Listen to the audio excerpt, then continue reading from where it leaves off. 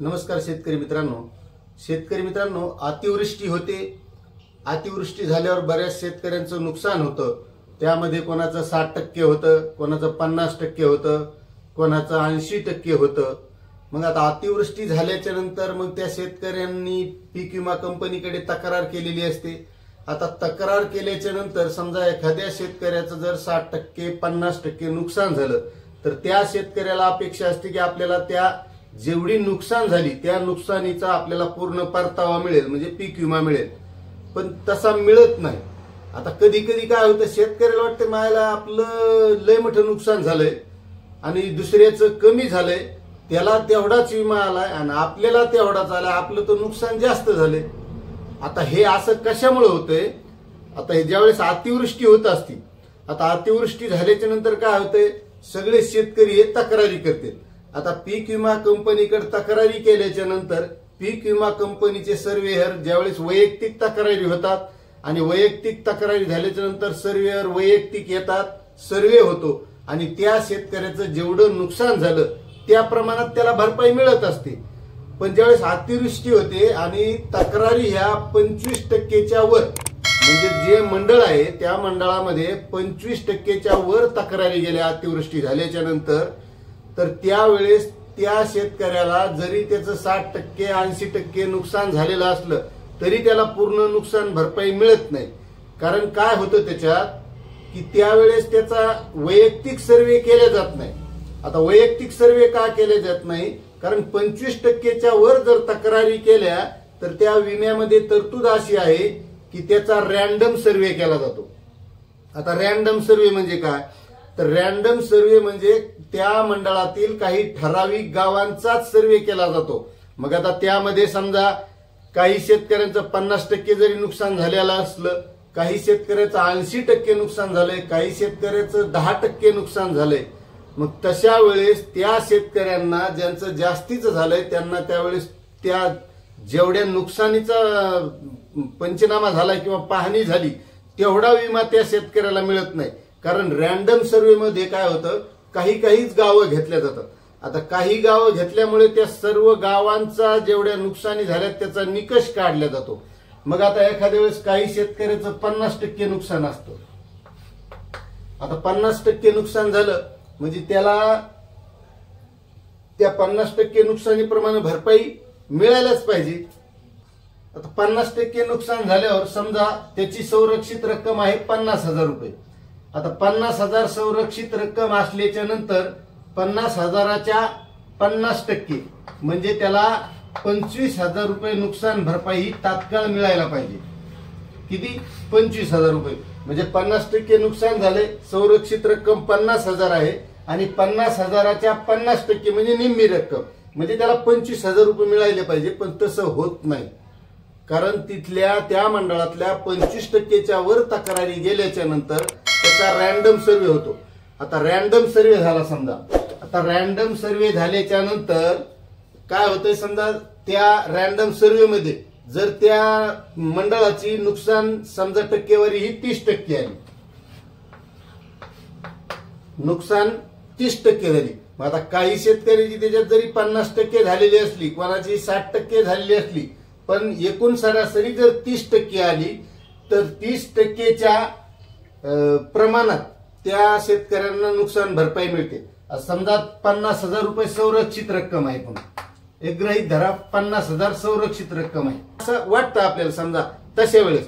तसं तर काही ज्या शेतकऱ्याचं नुकसान हे 50% 60% जेवढं झालं तेवढी नुकसान भरपाई मिळायला पाहिजे, पण तेवढी मिळत नाही। कारण हा नवीन निकष आहे जो 8 मार्च 2024ला नवीन परिपत्रक काढलं होतं, 30 एप्रिलला एक परिपत्रक काढलं होतं, त्यामध्ये हा बदल केलेला आहे। या अगोदर वैयक्तिक प्रत्येक शेतकऱ्याचा पंचनामा होता, ज्याचं जेवढं नुकसान झालं तेवढी नुकसान भरपाई त्या शेतकऱ्याला मिळायची। पण ह्या नवीन पत्रकामध्ये हा घोळ झालेला आहे, म्हणून शेतकऱ्यांना नुकसान भरपाई कमी मिळते। आता समजा हे 30% संरक्षित रक्कम 50,000 आहे, 30% नुकसान आहे, मग ती रक्कम आली 15,000। आता याच्या 25%च नुकसान भरपाई मिळणार, मग ती किती मिळणार? 3,750 रुपये। 3,750 रुपयेच मिळणार। मग आता शेतकऱ्याला वाटेल की बा हे आता 3,750 मिळाले, आपलं 30% नुकसान झालेलं आहे, मग 15,000 रुपये आपल्याला बाकीचे राहिलेले मिळतील. पण ते तसे मिळत नाहीत मित्रांनो. जी वरची रक्कम राहिली, आता वरची रक्कम आहे 11,250 समजा, तर ती 11,250 रुपये रक्कम पीक कापणी प्रयोगाच्या नंतर देय असते. पण ती देय असेल तर मिळते. आता ती कशी, ज्या वेळेस पूर्ण पीक कंप्लीट होतं आणि त्याचा पीक कापणी अहवाल जो येतो, त्या पीक कापणी अहवालानुसार ती राहिलेली रक्कम मिळते. असा ह्या नवीन निकषात अशी तरतूद झालेली.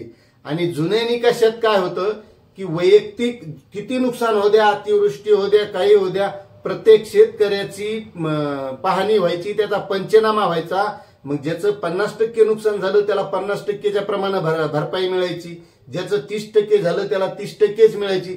मग यामध्ये शेतकऱ्यांचं नुकसान काय व्हायलंय, जे शेतकऱ्याला वाटतंय की माझं नुकसान जास्त झालंय, मला तेवढाच विमा, आणि त्या दुसऱ्याचं नुकसान कमी झाले त्याला तेवढाच विमा. असं का, तर त्यातला हा घोळ आहे मित्रांनो. यामध्ये समजा एखाद्या शेतकऱ्याचं 3 एकर सोयाबीन आहे आणि त्यातलं 2 एकर जरी वाहून गेलं तर त्याला 30% प्रमाणेच नुकसान भरपाई मिळणार. आणि एखाद्याचं समजा 2 एकर आहे, त्यातला 3 एकर असू द्या आणि त्यातला अर्धाच एकर जरी वाहून गेलं किंवा तेवढंच नुकसान झालं अर्ध्या एकराचं, तरी त्याला तेवढीच भरपाई मिळणार. ही अशी तरतूद यामध्ये आहे. आणि अतिवृष्टी झाल्यावर मग हे रॅन्डम सर्वे होते. आणि रॅन्डम सर्वे कधी होते, तर 25%च्या वर ज्या वेळेस तक्रारी जातात त्यावेळेस असे रॅन्डम सर्वे होते. आणि रॅन्डम सर्वे म्हणजे असे ठराविक, ज्याचं नुकसान झालं त्याचेच होणार असं म्हणून नाही, ते त्यांच्याप्रमाणे ठरवतात. कृषी विभाग आणि विमा कंपनी ठरवतात. या मंडळातून 25% तक्रारी आलेल्या आहेत. मग यामध्ये कोणकोणत्या गावाचे करायचे, आता ते त्याच्या सोयीनुसार करतात. त्याची गाडी जिथं पोहोचन तिथं, कारण एखाद्या शेतकऱ्याचं जे नुकसान होतंय ते वड्याच्या काठी, नदीच्या काठी होतंय आणि तिथं ह्याच्या काय गाड्या जात नाहीत. मग ह्या आपल्या रोडच्या कडीची चांगली जमीन धरतात, तिथं ते सर्वे करतात आणि तिथं मग ज्याचं वाहवलंय त्या शेतकऱ्याचा कार्यक्रम होतो. मग त्यानं किती खतं घातलेत, त्यानं किती मेहनत घेतली, त्यानं किती पाळ्या आणल्या, त्यानं किती नांगरलंय, त्याच्यासाठी त्यानं किती खर्च केलाय, त्याचा कार्यक्रम होऊन जातो. आणि हे सर्वे असे चांगल्या जिथं गाडी जाईन अशा हिशोबानं सर्वे केल्या जातात. आणि मग त्यामधून जे खरे नदीकाठचे शेतकरी आहे, ज्याचं खरं नुकसान झालंय त्याला विमा कमी मिळतो. हे फक्त ह्या नवीन तरतुदीमुळं. कारण जे 8 मार्च 2024चा जो परिपत्रक काढले, त्या परिपत्रकामध्ये जर 25%च्या वर तक्रारी आल्या तर ती ही तरतूद आहे. आणि ती तरतूद शेतकऱ्याला घातक आहे. कारण ज्याचं नुकसान होतंय त्याला मिळत नाही आणि ज्याचं कमी होतंय त्याला मिळतंय. असं नाही की समजा ज्याचं झालं कमी झालंय म्हणून त्याला कमी द्यावा, पण ज्याचं जास्त झालंय त्याला मिळावं ही शेतकऱ्यांची अपेक्षा आहे. तर ही अशी तरतूद आहे. या तरतुदीमुळेच पीक विमा तो काही शेतकऱ्यांना कमी मिळतो, ज्याचं नुकसान जास्त झालं त्याला, आणि ज्याचं कमी झालंय त्याला तेवढाच मिळतो. हे फक्त नव्या तरतुदीमुळे होतंय शेतकरी मित्रांनो, हे लक्षात घ्या. आणि मित्रांनो, आपण पीक विम्याबाबत या चॅनलवर सर्व इत्यंभूत माहिती, मग नेमका आता पीक विमा कमी का मिळतो हे तुमच्या तर लक्षात आलेलं असेल. ज्यावेळेस अतिवृष्टी होती त्यावेळेस, आणि ज्यावेळेस 25%च्या आत तक्रारी असतात त्यावेळेस तर वैयक्तिक त्याची पाहणी होते, वैयक्तिक सर्वे होतो. आणि त्यावेळेस त्या शेतकऱ्याला विमा सुद्धा त्या प्रमाणातच मिळतो जेवढं नुकसान झाले त्या प्रमाणात. त्यामुळे आपण पीक विम्याबाबत सर्व इत्यंभूत माहिती या चॅनलच्या माध्यमातून देण्याचा प्रयत्न करतो. आपल्या माहिती ही नक्कीच लक्षात आली असेल. एक व्हायला पाहिजे, एकमेकाला मदत केली पाहिजे, एवढीच विनंती करतो आणि थांबतो. जय हिंद, जय महाराष्ट्र, जय किसान.